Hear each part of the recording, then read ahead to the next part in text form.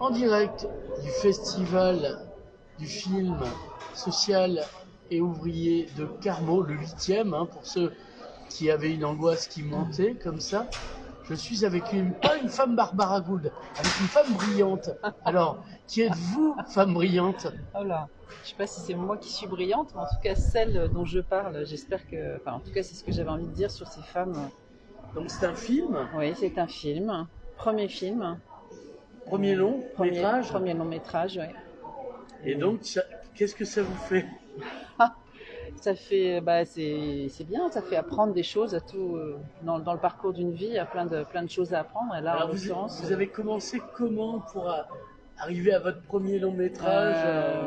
Alors, j'ai pas fait d'école, j'ai pas suivi de cursus classique. Je travaille depuis que j'ai 20 ans et plutôt dans l'audiovisuel. Ouais. Et du coup, j'ai la télévision, la télévision, j'ai dire le backstage. La radio aussi? Non, pas la radio. J'aurais bien aimé, mais j'ai jamais pu faire de radio.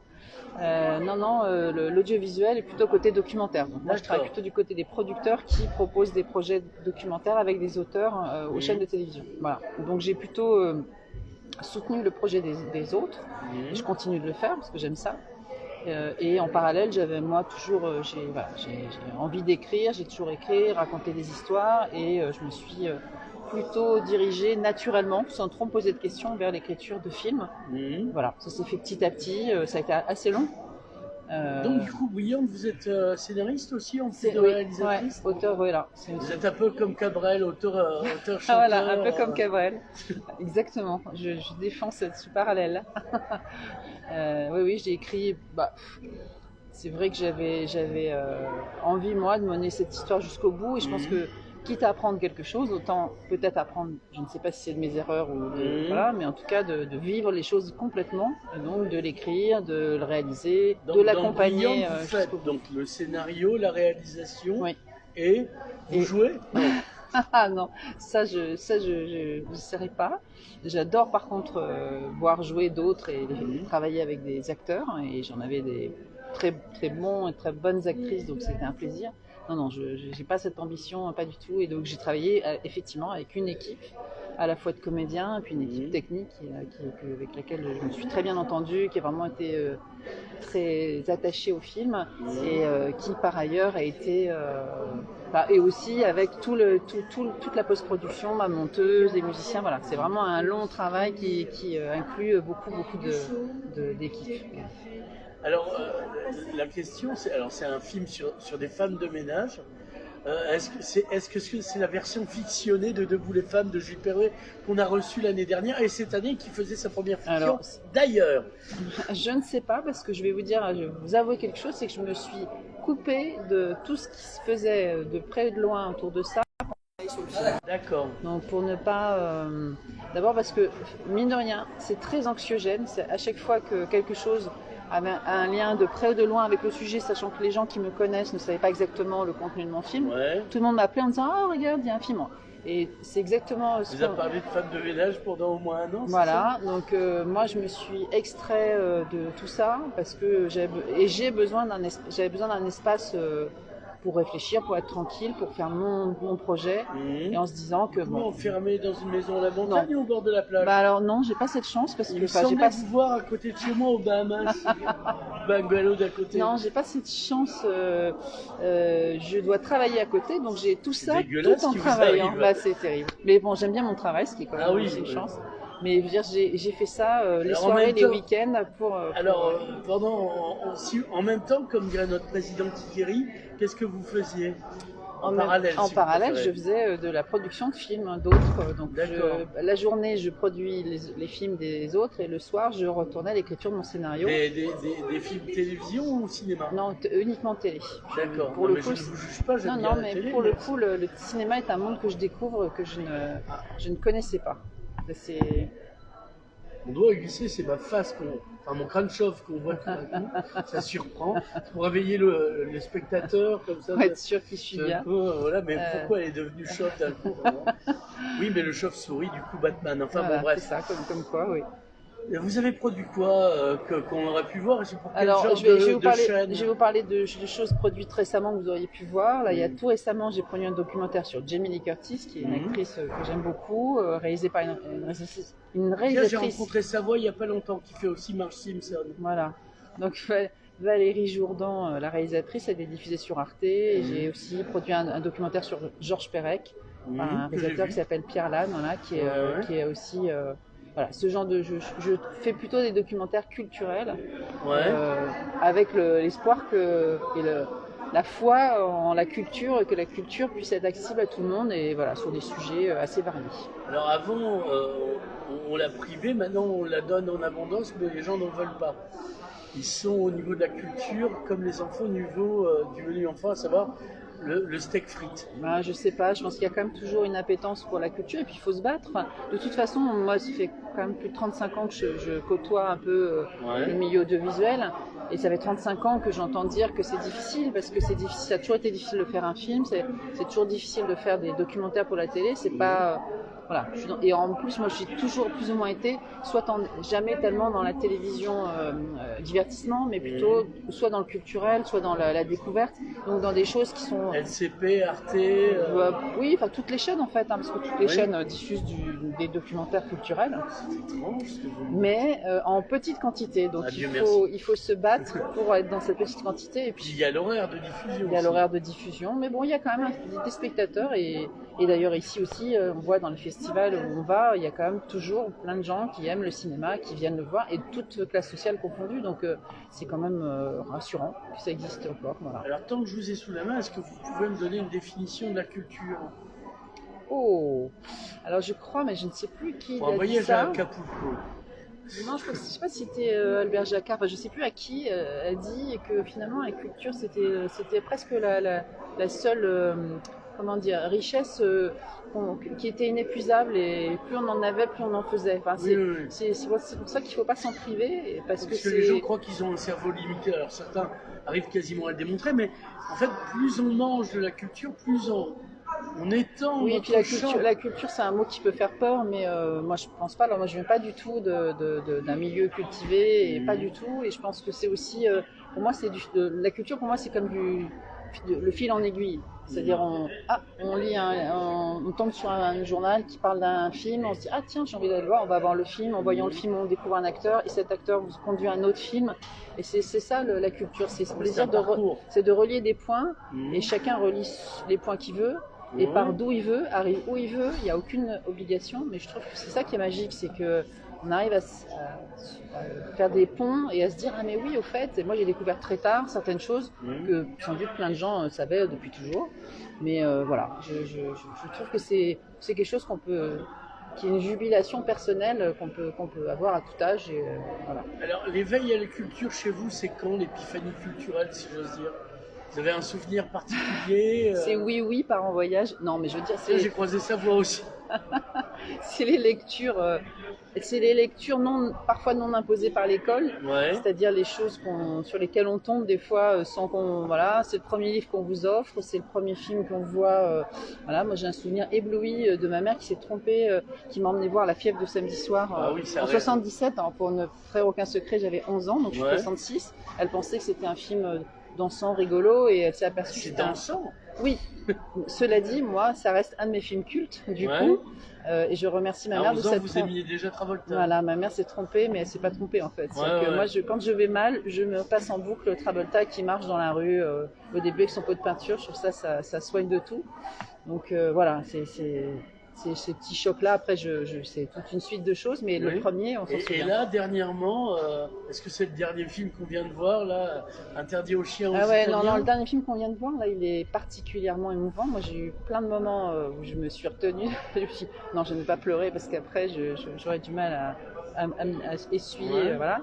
Mais non, très beau, impressionnant en termes à la fois la facture du film, elle est incroyable.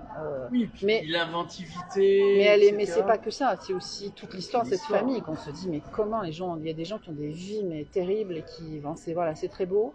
Et c'est fait avec le cœur, et c'est ce qui ressort en fait, c'est qu'on sent que c'est fait avec le cœur, et en plus avec un savoir-faire qui est lié aussi au savoir-faire manuel de toute sa famille. Donc non, c'est vraiment très très Moi, beau. j'ai appris des choses. J'ai Ouais. appris que j'ai été baptisé à côté de Paradis, par exemple. Ah oui. J'étais baptisé à Billa, à côté de Génissia. Donc, Et ça rappelle, oui, l'histoire aussi de tous les maçons de la Creuse qui ont construit aussi toutes ces belles maisons. Enfin, il y a plein d'histoires en France, des régions qui viennent de l'immigration. Puis ça, je trouve ça assez joli.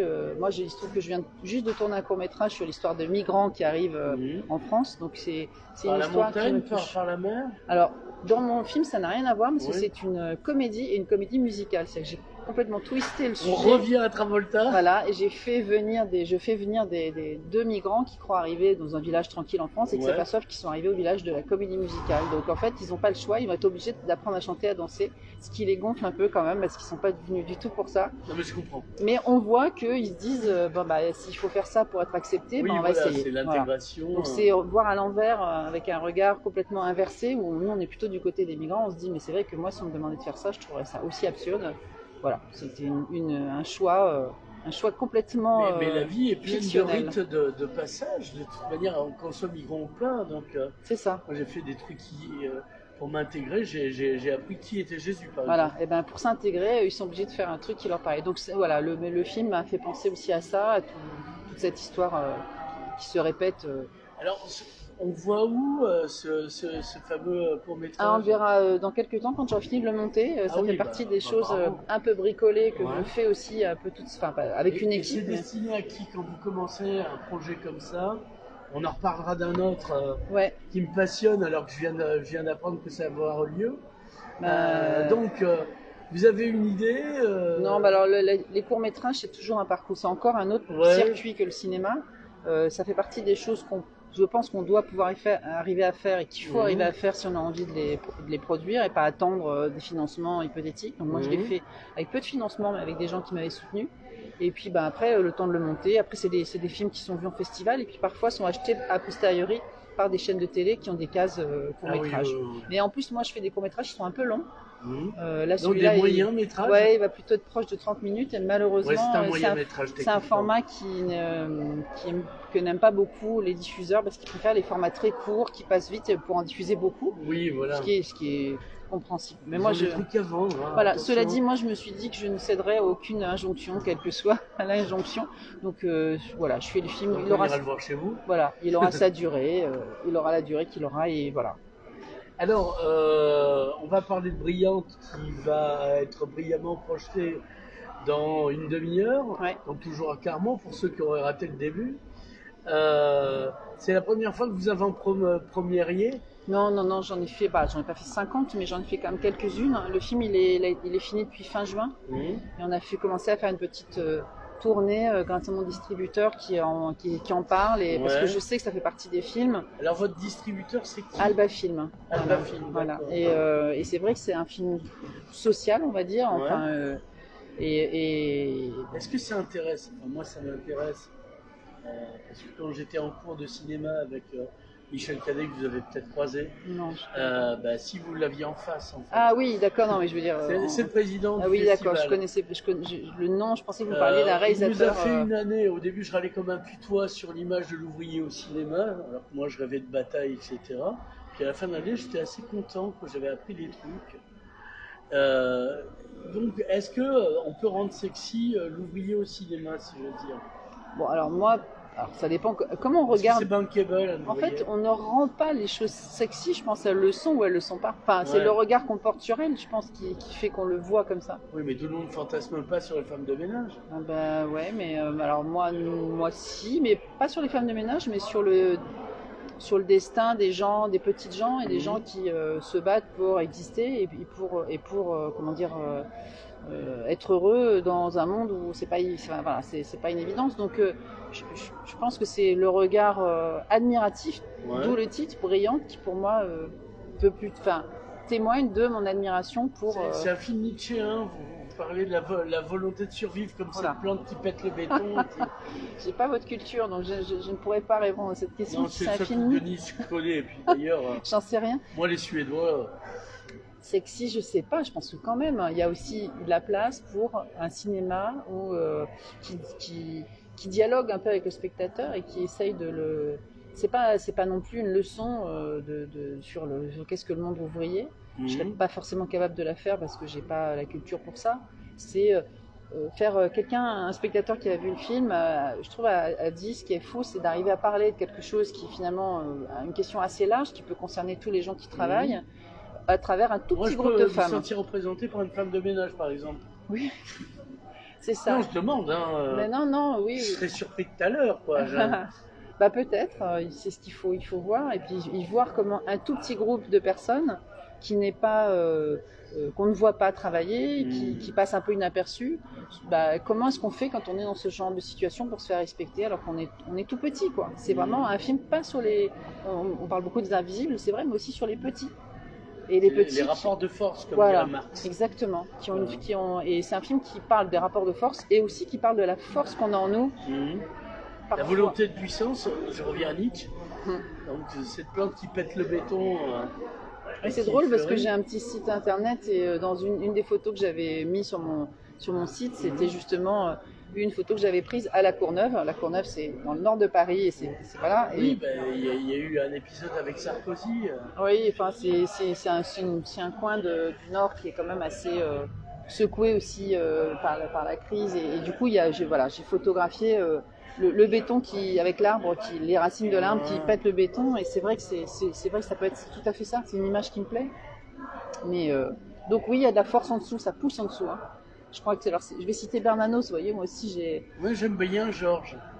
Je suis né le même jour. Un jour il a dit, alors je pense que c'est pas la citation n'est pas ultra exacte, mais c'est un condensé. Il dit les pas des pauvres feront trembler la terre. Et j'adore cette phrase parce que voilà, c'est ça. Effectivement, on peut faire trembler la terre même quand on est petit. C'est l'auteur des Grands cimetières sous la lune notamment, mais pas que. Ouais. Et vous avez eu toutes les conférences post-guerre. Pensez si vous saviez, la liberté pour quoi faire. C'est là que je vous dis, après je trouve que c'est des personnages ambivalents et fascinants, des personnages comme Bernanos, mais quand même qui a pas dit. Commence antisémite, il est au chevet de Schweg pour empêcher qu'il se suicide, ce qui n'empêchera rien. Alors oui, voilà. Donc en tout cas, il a dit cette phrase et il a fait ce que je trouve magnifique et qui, pour moi, est assez motivante. Quand on écrit et quand on a ça en tête, on se dit, bah oui, tiens, je vais un peu faire trembler la terre à ma façon et avec un tout petit groupe de femmes. Alors, on parlait d'écriture. L'écriture, vous êtes diffuseuse de mots ou ce qui vous intéresse, c'est derrière les mots, les idées? Alors ça, pareil, je me suis pas posé franchement la question. Mais... Écoutez, on est là, on en profite. C'est voilà. Cadeau. Ça me fait plaisir de vous l'offrir. Je suis comme ça. Bon, déjà il y a les mots quand on écrit. Alors en plus, quand on écrit un scénario, c'est pas qu'un acte technique parce on est lu par plein de gens. Et c'est vrai qu'on peut pas, si on veut par exemple décrire les sentiments d'un personnage, il faut qu'on trouve les mots. Vous voyez, on peut pas dire elle traverse tristement la pièce. C'est pas possible. Donc, on peut le dire, mais ce serait un peu plat. C'est un peu plat. On est obligé de trouver. Donc c'est vrai que pour moi, déjà le scénario à la base, c'est un exercice littéraire où on cherche jusqu'à vraiment aller. On creuse le même sillon pour trouver les mots les plus justes possibles. Alors, on est obligé de s'arrêter au bout d'un moment parce que c'est pas le scénario. En fait, on y passe énormément de temps et ça est un objet qui ne sert à, qui n'est pas, vous voyez, c'est pas l'objet final. Vous pouvez publier comme ridicule, Rémi Waterhouse a publié. Mais c'est vrai que le scénario était formidable. De toute façon, il y en a beaucoup. Moi, j'ai chez moi imprimé certains scénarios ou récupéré des scénarios parce que je trouve que c'est toujours intéressant de voir comment les choses sont écrites. Mais après, le code d'écriture n'est pas tout à fait le même. Mais je trouve que voilà, en tout cas, en théâtre, on a beaucoup d'éditions, on en a un peu moins en scénario. C'est vrai que l'objet final, c'est le film quand on écrit un scénario. Donc on passe beaucoup de temps, énormément, un temps vraiment très important proportionnellement au temps de tournage à écrire le scénario. Donc c'est d'abord un rapport qu'on a à l'écriture, mais moi quand j'écris, on se projette son cinéma. Le petit film, d'ailleurs moi j'ai un gros problème quand j'écris. Quand je dois corriger mon scénario, je suis obligée de repartir du début. Parce que c'est comme si vous voyiez un film en cours de route, quoi. Moi, je n'arrive pas à me mettre dans le rythme. Il mange des brocolis, oui, bon, voilà. mais ensuite, quoi. Parce que le rythme du film, c'est très important. Et on peut avoir un rythme lent, peu importe, ou rapide, ou syncopé. Non samouraillé. On peut faire tout ce qu'on veut, mais une fois qu'on a adopté un rythme, en fait, l'important, c'est de le garder. Donc, pour moi, à chaque fois, à chaque fois que je retravaille, je reprends dès le début et je me remets dans cette espèce de mood où effectivement, il ne faut pas venir m'interrompre et me couper parce que je perds le fil du film. Et donc, c'est une maison à la montagne ou au bord de la plage? Eh ben, c'est rien du tout. Ça a été, moi, j'ai écrit presque l'intégralité de tout ce que j'ai fait dans ma chambre à Saint-Denis sur une table qui fait 45 mètres, enfin 45 cm, pas 45 mètres, Ouais. 45 cm de large. Écoutez, si vous voulez mettre 45 mètres, moi, allez-y, c'est cadeau. Non, j'ai pas de lieu, je peux écrire sur un coin de table dans un café. À partir du moment où on se coupe de... Vous êtes un peu comme le joueur d'échecs de Schweg, on revient à Schweg, qui projette. Mais cela dit, j'aime beaucoup Schweg, ça fait partie des auteurs que j'adore aussi. Mais oui, je sais pas. En tout cas, moi, j'ai pas besoin d'un lieu spécial pour écrire et je n'ai pas de maison. Si, j'ai une maison à la campagne, mais elle est toute petite et j'ai toujours qu'une chambre pour écrire quand je veux m'isoler. De toute façon, de toute manière, vous, 45 cm. Moi, je suis pas compliquée. Un bol de soupe, c'est bon. Un bol de soupe, un verre d'eau, et puis hop, allez. Comme dirait le personnage des Bétounes dans Le Grand Pardon, nous les Bétounes, un morceau de pain, un peu d'huile d'olive, on remercie le C'est Seigneur. ça, oui. Il y a aussi Jean-Pierre Bacry qui dit une pomme et au lit, puis en fait après il dîne. Oui, parce que bon, on ne fait pas tout le temps ce qu'on dit qu'on devrait faire. Alors, on va passer, donc on parlait de Brillante, vous avez un projet que vous reprenez, que vous reprisez, vous aimez la radio. Oui, ça c'est un projet qui verra peut-être, ça c'est... Et la Mirabelle. Voilà, j'ai un projet que j'ai coécrit avec une jeune femme qui s'appelle Isabelle Cadière sur la radio Lorraine Cœur d'Acier. Voilà, c'est vrai que les débats qu'on a eus en arrivant ici à Carmaux forcément me font penser à ce projet. C'est un pays de mines. Un pays de mines aussi. Alors, avec pas comme la Syrie, parce qu'on ne saute pas sur les mines ici. Voilà, non, mais là-bas, et puis il y avait la Syrie, il y avait tout le travail aussi. Ils ont eu... Voilà.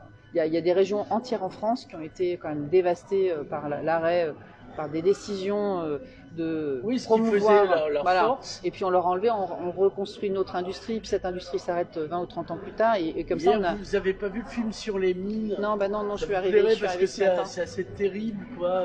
Voilà. Donc on voit comment on va au chagrin, comme on dit dans les mines, encore que les mineurs qui témoignaient étaient assez contents.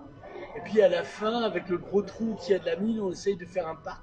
C'est ça. Voilà, et ailleurs on m'avait dit, oui, il y a une personne qui disait, c'est vous qui me dit, qu'à Longwy, il y a un golf. Et là j'étais à Arras pour présenter Brillante et on voit aussi tout ce qui reste du charbon et ils en font des pistes de ski dans certains cas, de descente. Voilà, c'est vrai qu'il y a un côté un peu fantomatique d'une période qui, j'imagine, pour les gens qui ont eu à vivre cette période. Alors moi, j'ai pas du tout connu ça, mais mes parents, ils étaient commerçants, mais dans des domaines qui n'existent plus. Mon père était marchand de vin. Oui. Et c'est vrai qu'il y a tout comme ça, il y a une sauce à ce nom-là, il paraît. Oui.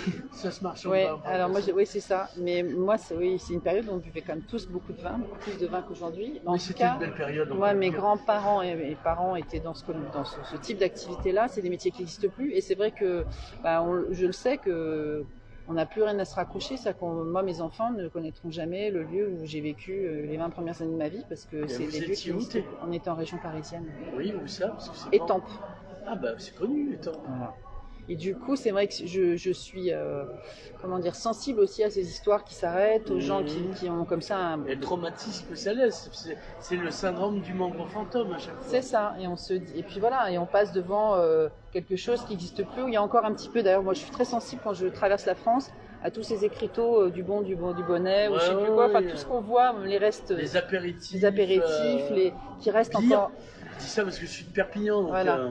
Sur les maisons, il y a encore, il reste, les gens n'ont pas... à demi effacé. À demi effacé, donc il y a encore ça qui est visible, et moi ça me touche à chaque fois, parce que je me dis, finalement, on ne peut pas faire complètement table rase, et puis on a l'impression qu'on habitait des fois des endroits fantômes. Donc...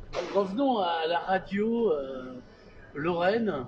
C'est Lorraine, oui, c'est ça. C'est Lorraine Cœur d'Acier. Lorraine Cœur d'Acier.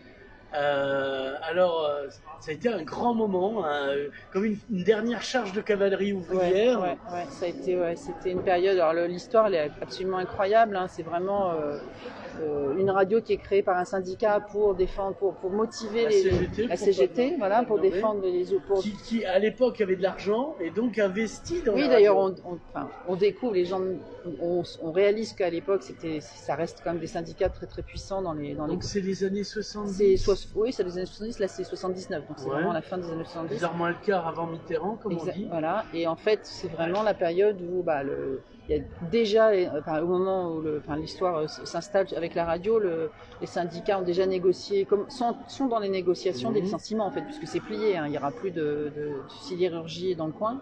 Du coup, ils négocient et en fait, il y a une grande manifestation à Paris qui est organisée. Et pour motiver les ouvriers à descendre manifester, ils demandent à des journalistes parisiens de monter, engagés bien entendu, de venir monter une radio, ce qui à l'époque, on l'a complètement oublié, était parfaitement illicite.